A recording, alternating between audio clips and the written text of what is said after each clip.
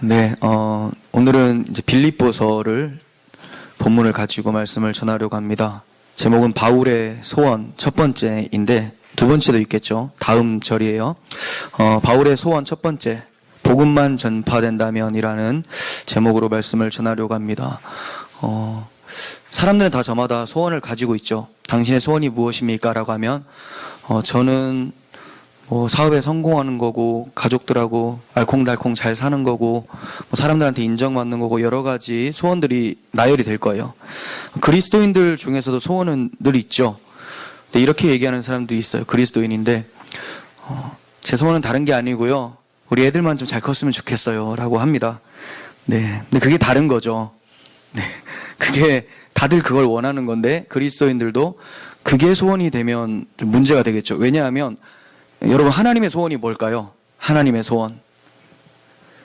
이사야 43장 21절인가요? 거기 보면 내가 이 백성들을 나를 위하여서 지었나니 이 백성들이 나를 찬송하게 하려 합니다. 이렇게 말씀하세요. 그러니까 하나님께서는 하나님 스스로가 영광 받으시는 것이 하나님의 소원이에요. 그 과정 가운데 구원이 일어나는 거죠. 잃어버린 영혼들을 찾는 것, 그것도 하나님의 소원이죠.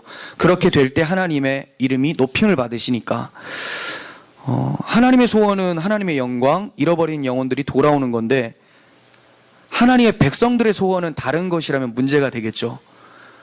우리의 소원은 하나님이어야 되는 거죠. 그러니까 빌립보서에서 사도 바울도 하는 말이 너희 안에 이 마음을 품으라, 곧 그리스도 예수의 마음이니라고 한단 말이에요. 예수님의 소원은 하나님의 소원과 같았어요. 잃어버린 영혼을 구원하러 왔고 하나님께 영광 돌리기 위해서 이 땅에 오신 거예요. 그렇다면 기독교인들은 누구나 다 예수님의 소원과 같은 소원을 가지고 있어야 되는 것이 맞는 거죠. 오늘 본문을 통해서 바울이 어떠한 소원을 가지고 있었는지, 왜 하나님의 마음에 합한 모습으로 살아갈 수밖에 없었는지에 대해서 좀 말씀을 드리려고 합니다. 빌립보 교회는 바울이 2차 선교 여행 중에 유럽에서 세운 최초의 교회였어요. 사도행전 16장에 잘 나오고 있습니다. 이 빌립보 교회에게 보낸 편지, 오늘 본문 빌립보서는 주 62년경쯤에 사도 바울이 복음 증거로 인해서 로마 감옥에 있을 때에 썼던 편지로 알려져 있습니다. 로마 감옥이라고 하면 철창이 있고 그런 감옥이라기보다는 철창이 있었을 수도 있습니다.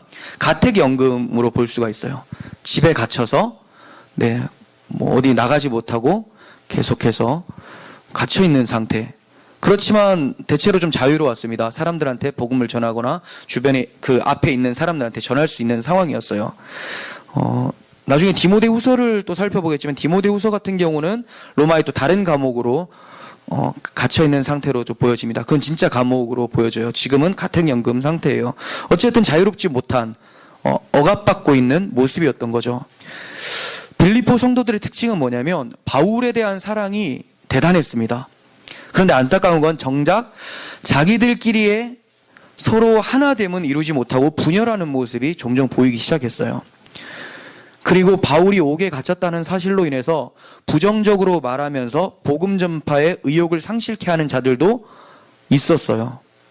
이렇게 혼란스러운 상황에 처한 빌립보 성도들에게 바울이 격려와 위로를 하기 위해서 편지를 쓰고 있는 거예요. 자, 12절부터 보도록 하겠습니다. 형제들아, 내가 당한 일이 도리어 복음 전파의 진전이 된 줄을 너희가 알길 원하노라. 바울이 로마에서 가택연금이 되자 이를 부정적으로 말하고 다니는 방해꾼이 등장하기 시작했어요.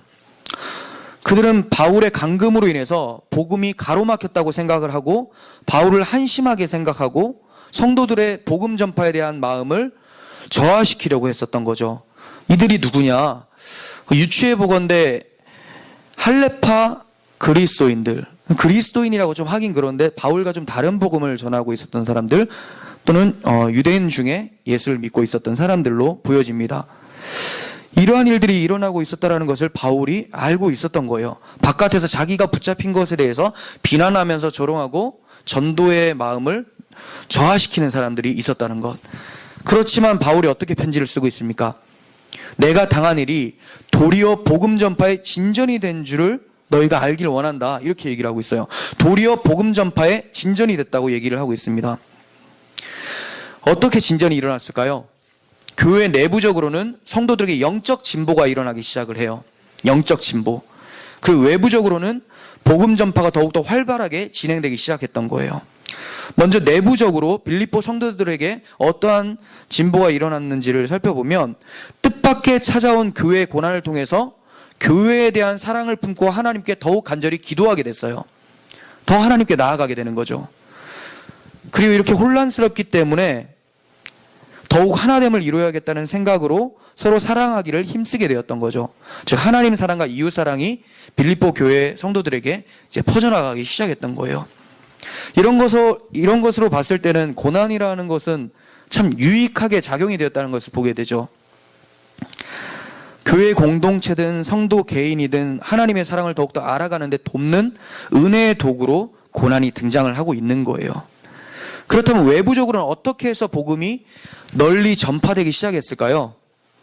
13절을 보시면 이러고는 나의 매임이 그리스도 안에서 모든 시위대 안과 그 밖에 모든 사람에게 나타났으니 이렇게 말씀합니다. 바울은 하나님의 영광을 위해서 그리스도의 이름을 위해서 복음을 전하다가 잡혔어요. 바울이 매이게 된 사실은 여러 사람들 입에서 오르락내리락 했어요. 그런데 본문은 단지 자신의 매임이 많은 사람들 앞에 나타났다라고 하지 않고 그리스도 안에서 나타났다 이렇게 설명을 하고 있어요. 그리스도 안에서 자신이 갇힌 것이 드러나기 시작했다. 그 무슨 말일까요? 그들에게 바울이 갇혔다라는 소문뿐만이 아니라 복음이 전파되기 시작했다라는 확장적인 의미를 가지고 있다는 거예요. 그리스도 안에서 내가 매인 것이 전파되기 시작했다. 어째서 감옥에 있는 바울의 소문이 소문에 그치지 않고 복음 전파로 이어지게 됐을까요? 그거는 그의 모습을 통해서 알게 돼요. 그가 매였음에도 불구하고 기쁨과 감사함으로 복음을 전하는 모습이 그들에게는 충격적으로 다가왔기 때문에 그래요. 보통은 감옥에 갇히면 어떻게 됩니까? 자신의 신태를 한탄해요. 자기가 했던 것을 후회를 하죠. 내가 이걸 하지 않았더라면 이렇게 안 됐을 텐데 내가 누구 때문에 이렇게 돼 있나 열받아 하면서 오히려 그 잡힌 원인에 대해서 후회하고 괴로워하게 되죠. 그런데 바울은 오히려 옥에 갇혀 있기 때문에 자신을 지키고 있었던 시위대들, 간수들에게 복음을 전파할 수 있는 기회로 삼았던 거예요. 정신병자 같죠? 복음에 미친 사람이에요. 그러니까 안 갇혔을 때는 안 갇힌 상태에서 복음을 전하고 갇혔을 때는 갇혔으니까 이제 이 사람들한테 대놓고 전할 수 있겠네. 시위대들이 그 앞에서 서서 계속 지켜야 되니까 바울은 계속 얘기를 하는 거죠. 귀는 막을 수가 없잖아요. 계속 전파를 하는 거예요. 뭐 이런 인간이 있나? 계속 전하는 거예요. 사람들이 놀래 자빠지는 거죠. 뭐 이런 사람들이 있나? 이런 사람이 있나? 자신의 모습을 한탄하지 않는 모습에 놀라고 있는 모습을 볼 수가 있어요. 로마로 가는 것은 바울이 간절히 원했던 바예요. 왜냐하면 팍스인 로마라는 말이 있죠. 모든 길은 로마로 통한다. 그 당시 로마는 군사적, 경제적으로 요충지였고 강대국이었어요. 그러니까 로마로 복음이 전해지기 시작하면 땅끝까지 복음이 편만하게 전해진다라는 것을 바울은 알고 있었던 거예요. 그래서 내가 로마로 가길 원한다라고 늘 기도하고 생각을 했었던 사람이에요. 물론 그가 이렇게 옥에 갇혀서 로마로 죄수의 신분으로 가게 될 줄은 몰랐었던 거죠. 하지만 하나님은 이러한 상황을 허락하셔서 이곳으로 인도하셨어요. 바울은 이것을 확신하고 있었습니다. 자기가 어쩌다 보니 이렇게 온 게 아니라 내가 그토록 바랬던 로마 행이 하나님께서 죄수로 만드셔서 그리로 보내셨다라는 것을 확신하고 있었어요. 이걸 어떻게 알 수 있느냐? 사도행전 27장에는 유라굴라라는 강풍이 몰아닥치기 시작해요. 폭풍우가 몰아닥쳐서 바울이 타고 있는 배가 뒤집혀질 뻔하고 바울이 죽을 위기에 처했어요. 그때 하나님께서 바울에게 뭐라고 말씀하시는가? 바울아, 두려워하지 말라. 네가 가이사 앞에 서야 하겠고, 로마 황제죠. 가이사 앞에 서야 하겠고 또 하나님께서 너와 함께 항해하는 자를 다 내게 주셨다. 즉 너하고 같이 배 탄 사람들 다 로마에 도착하게 된다. 그 이유가 뭐냐? 가이사 앞에 서야 하겠고. 가이사 앞에 왜 설까요? 재판받게 하려고요? 그게 목적이 아니죠. 황제를 변화시키기 위해서, 황제를 통해서 많은 사람들이 복음을 받아들일 수 있도록, 그 땅에 가서 복음이 편만하게 전해질 수 있도록 하기 위해서 하나님이 그를 인도하셨다라는 것을 사도 바울은 지금 확신하고 있었던 거예요. 즉 바울은 로마로 인도하신 하나님이 옥에 갇히는 것도 허락하셨다면 옥에 갇혀있는 이 상태가 하나님이 계획한 특별한 뜻이 있을 거라는 것을 믿고 있었던 거예요. 그래서 그는 좌절하지 않고 오히려 그 상황을 기회로 삼아서 함께 있는 시위대들에게 복음을 전하기 시작했던 거죠. 이렇게 시위대들이 복음을 듣고 변화되는 것을 외부에 있는 사람들도 듣게 되고 결국 많은 사람이 복음에 관심을 기울이게 된 거예요. 지키라고 보냈더니 전도되어 오는 거죠. 사람들이 놀라워요. 제가 왜 변했을까? 도대체 저가 전하는 그 복음이란 게 뭔가 귀 기울이게 되는 거죠. 계속해서 복음은 매이지 않고 확장되는 것을 보게 됩니다. 복음은 결코 매이지를 않습니다. 왜 그렇습니까? 사람의 일이 아니라 하나님의 일이기 때문에 그래요. 누가 하나님을 막겠습니까? 강풍도 못 막았어요. 유라굴로도 못 막았어요. 그냥 뚫고 가는 거예요. 하나님이 진행하기 때문에 그렇죠. 복음은 결코 매이지 않아요. 그렇지만 하나님은 복음을 치고 나가실 때 자신의 백성을 고난이라는 파도에 실어서 치고 나가세요. 이때 고난의 파도 위에서 진정한 그리스도인의 모습이 발견되기 시작하는 거죠. 생각해 보십시오. 예수님이 어떠한 고난을 당했습니까? 공생의 내내 계속해서 박해를 받고 조롱받고 비난을 받았어요. 결국은 십자가의 고난을 당하셨습니다. 그렇지만 그 십자가의 고난으로 인해서 복음이 이루어지게 되는 거죠. 다니엘은 어떻습니까? 사자굴에 왜 던져졌어요? 언약 때문에 던져진 거죠. 그가 창문을 열고 하루에 3번씩 기도를 한 것. 그냥 우리가 하는 그런 기도 차원이 아닙니다. 예루살렘을 향해서 기도를 했어요. 그 말은 하나님께서 70년이 지나면 다시 복귀시키겠다, 회복시켜 주시겠다라는 그 약속을 믿고 기도를 했다는 거예요. 고난 중에도 그는 기도를 할 수 있었어요. 언약을 믿고 있었기 때문에. 결국 하나님께서는 사자의 입을 막으시고 다리오 왕을 통해서 하나님을 찬송하게 만들어 버리시는 거죠. 그의 친구들 사드락, 메삭, 아벳노고는 어땠습니까? 금신상에 절하라고 했지만 하지 않았어요. 고난이 찾아왔습니다. 풀무불에 던져지는 역사가 일어났어요. 그렇지만 더 큰 역사가 뭡니까? 그 가운데 한 사람이 더 있었던 거죠. 하나님의 아들과 같은 모습으로 누군가 있었다고 합니다. 예수님께서 그들과 함께 계셔서 그들이 털끝 하나도 타지 않았다는 것을 보여주고 있는 거죠. 하나님은 고난을 통해서 자기 백성들을 훈련시키시고 그 고난이라는 도구를 통해서 복음이 확장되게 만들어 가시는 거예요. 그 결과 느부갓네살 왕도 이러한 하나님은 없다라고 하면서 하나님을 찬송하는 모습이 나타납니다. 하나님께서 우리의 삶 속에서 고난을 허락하실 때는 이제 복음이 편만하게 전해지도록 하나님이 일하고 계시는구나. 그리고 내가 어떠한 모습으로 연단되기를 원하시는지 하나님께서 계획하고 계시는구나. 이것을 알고 고난 중에도 감사할 수 있는 우리들이 되었으면 좋겠습니다. 14절 보겠습니다. 형제 중 다수가 나의 매임으로 말미암아 주 안에서 신뢰함으로 겁없이 하나님의 말씀을 더욱 담대히 전하게 되었느니라. 네, 좋은 모습이 나타났죠.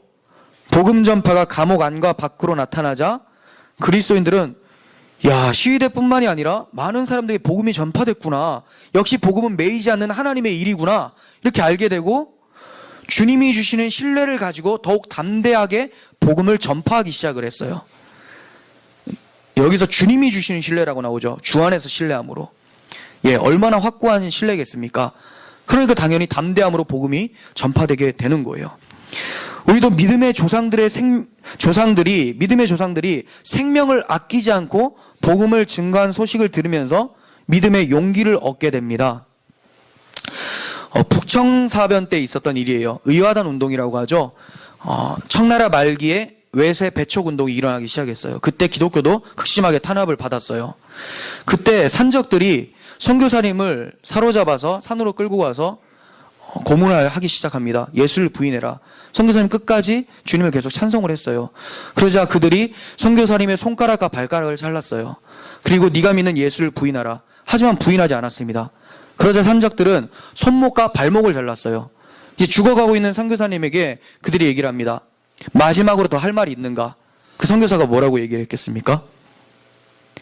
내가 죽으면 한국에 있는 내 아들에게 중국의 선교사가 되어달라고 얘기해 주십시오. 이렇게 얘기를 해요. 누구나 다 자기 아들이 잘 되길 원하죠. 누구나 다 자기 아들이 건강하게 살길 원해요. 근데 그 선교사님은 아이들을 사랑하지 않아서 그렇게 얘기했을까요? 이 땅에서 잘 먹고 잘 사는 것보다 더 훌륭한 가치, 세상과 바꿀 수 없는 그 가치를 본인은 알고 있었기 때문에 자신의 목숨을 걸 수 있었던 거고, 자기 아들도 그 고난에 동참함으로써, 예수 그리스도의 고난에 동참함으로써 세상과 바꿀 수 없는 기쁨을 주기를 원했던 거예요.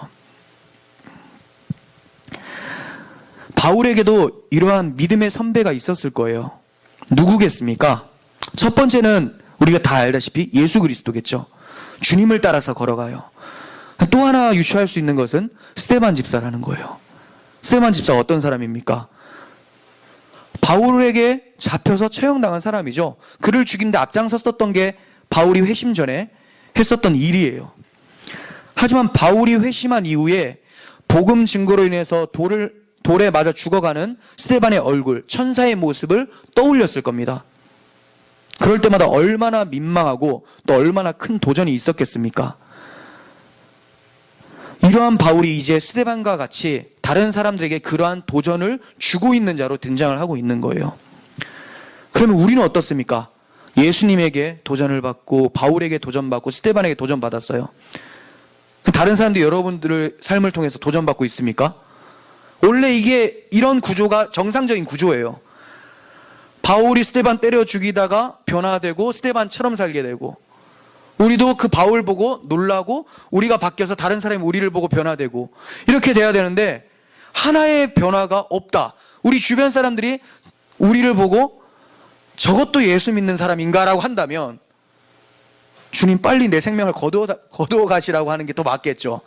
이 땅에 살아있을 때 계속해서 하나님의 이름에 먹칠만 하게 되니까. 물론 그게 우리들의 모습이 맞습니다. 하나님 앞에서 우리의 죄악들이 계속 낱낱이 폭로되는 게 맞아요. 근데 그건 내가 생각할 때 그런 모습이지, 다른 사람들이 생각할 때는 예수 믿기 전과 뭔가 바뀐 모습이 나타나야 되거든요.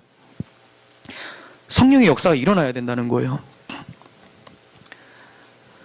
사람들이 우리를 보고 변화하는 것은 우리가 고난 중에 어떠한 자세를 취하고 있느냐를 통해서 그들이 충격을 받게 돼요.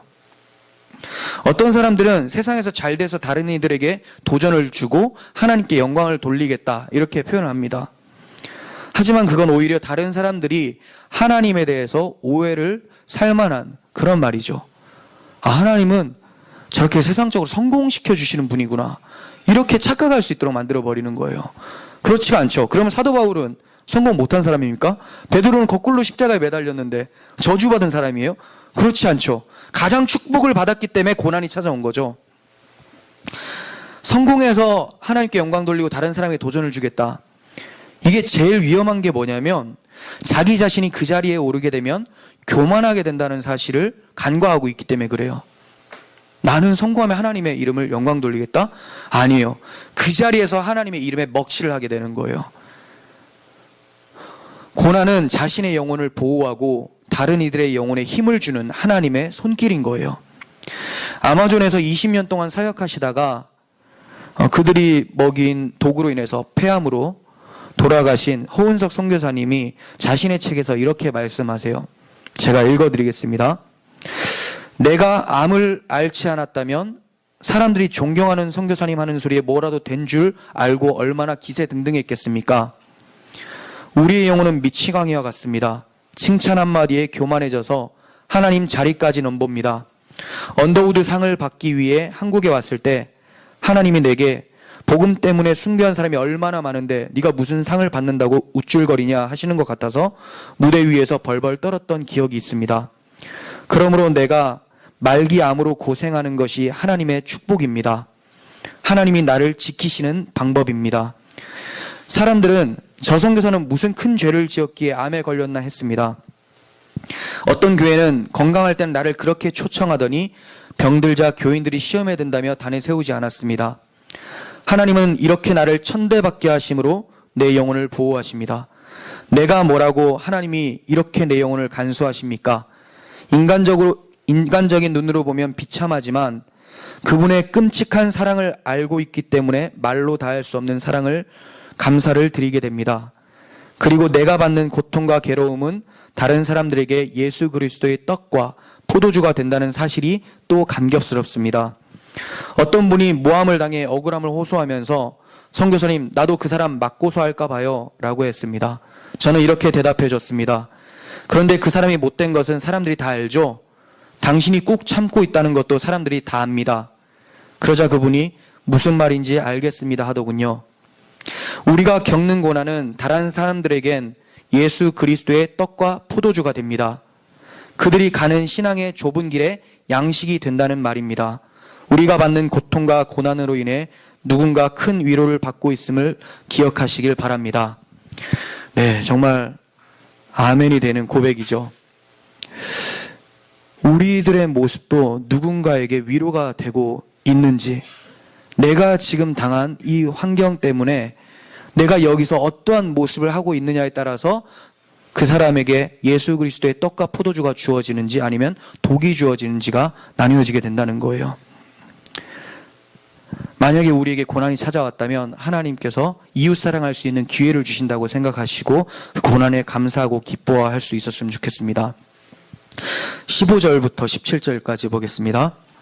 어떤 이들은 투기와 분쟁으로, 어떤 이들은 착한 뜻으로 그리스도를 전파하나니 이들은 내가 복음을 변증하기 위하여 세우심을 받은 줄 알고 사랑하나 그들은 나의 매임에 괴로움을 더하게 할 줄로 생각하여 순수하지 못하게 다툼으로 그리스도를 전파하느니라. 네, 여기서 착한 뜻으로 그리스도를 전파하는 사람들이 있죠.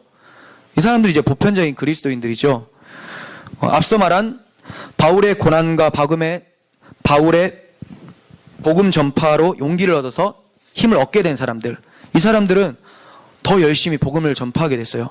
그런데 이상한 사람들이 등장하기 시작했어요. 물론 설명해드리면 하나도 이상하지 않을 수도 있지만 성령의 열매로는 전혀 볼 수 없는 사람들이 등장하기 시작했어요. 투기와 분쟁으로 복음을 전파하는 사람들. 네, 투기와 분쟁, 질투와 다툼이에요. 시기심.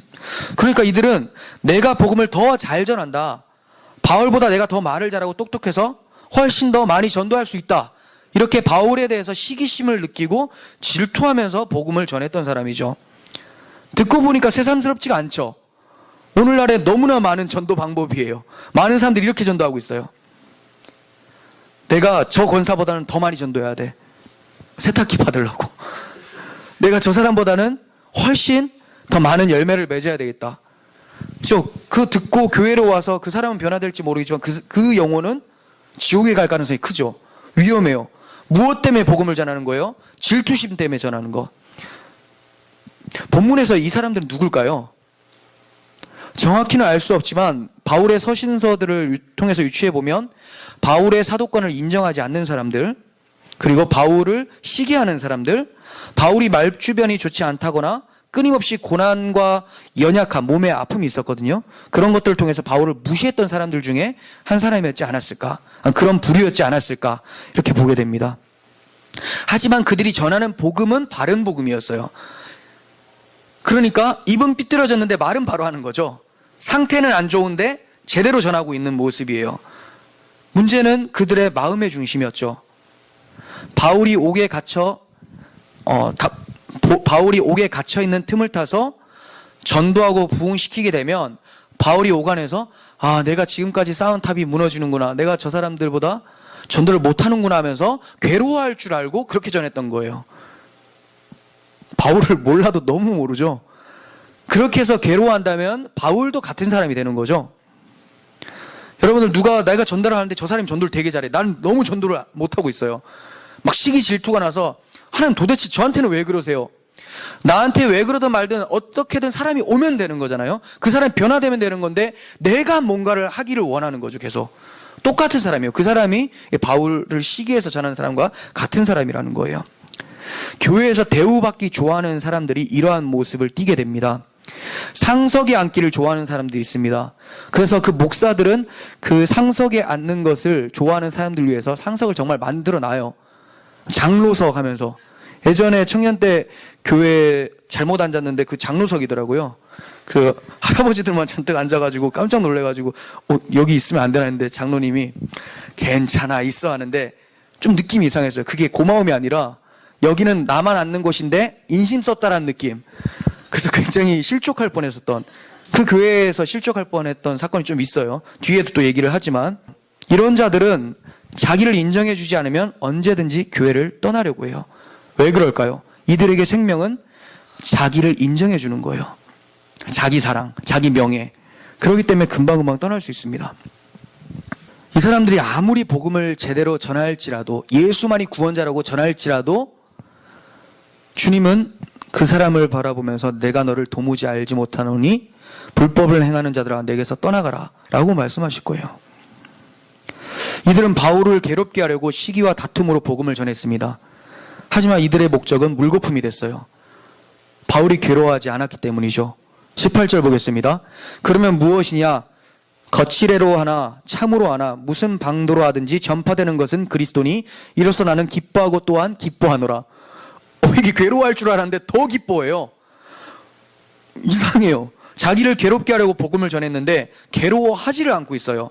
왜 그럴까요? 복음 앞에서는 자기는 아무것도 아니기 때문에 그래요. 복음 앞에서 자신의 사사로운 감정은 중요하지 않다는 거죠. 무슨 일로든지 오직 예수 그리스도만 전파되면 된다. 그것으로 난 족하다. 이거예요. 이 말은 사도 바울이 이런 고백을 한 거죠. 나는 없고, 나는 완전 존재하지 않고 오직 예수만 존재하는 분입니다. 이 고백이에요. 12절에서 바울은 자신의 매임이 복음 전파의 진전이 되었다 이렇게 표현했죠. 진전이 되었다. 이 진전이라는 단어가 프로코펜이라는 헬라어인데 이 단어가 25절에도 사용이 돼요. 너희의 믿음의 진보라고 할 때 진전, 계속해서 이 진보, 진전이라는 단어를 똑같이 쓰고 있습니다. 왜 이렇게 쓸까요? 바울은 자신이 처한 문제점, 감옥에 갇혀있는 거, 이런 건 안중에 없는 거예요.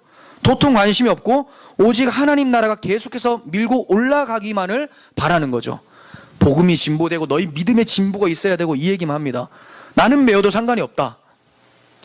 그러니 그들이 이런 시기심으로 경쟁을 붙여봤자 경쟁이 되겠습니까? 사도 바울은 관심이 없어요, 거기에. 로마서 15장 20절 보겠습니다.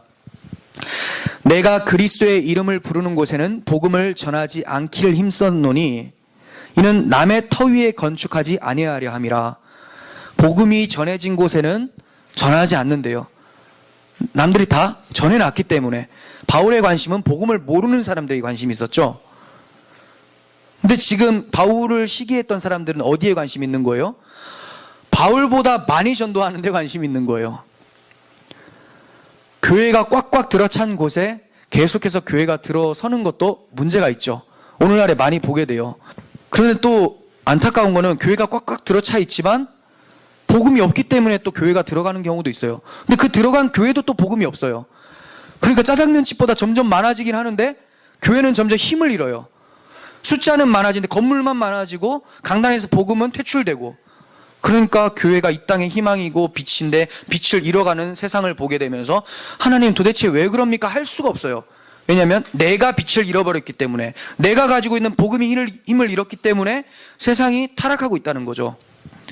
우리는 그 모습에서 먼저 회개가 일어나야 돼요. 남을 탓하는 것이 아니라 나의 모습에 회개가 일어나야 된다는 거예요. 오늘날 교회 모습을 보면 다들 전도할 때 자기 교회만을 외쳐요. 예수 그리스도를 믿으십시오라고 하지 않고 우리 교회 오세요, 우리 교회 오세요. 교회 홍보, 그럴 것 같으면 현수막 크게 달아놓은 게 훨씬 좋죠.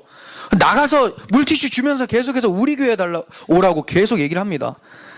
제가 청년 때 또 다녔던 교회인데 몇 개 없죠. 청년 때 딱 2교회 다녔어요. 청년 때 노방전도로 나가서, 교회 사람들하고 노방전도로 나가서 지하철역 앞에서 예수님 믿으세요, 예수님 믿으세요 이렇게 전화했어요. 그랬더니 전도사님이 탁 등장하면서 그렇게 전하지 말라고, 무슨 교회 오세요로 전하라고.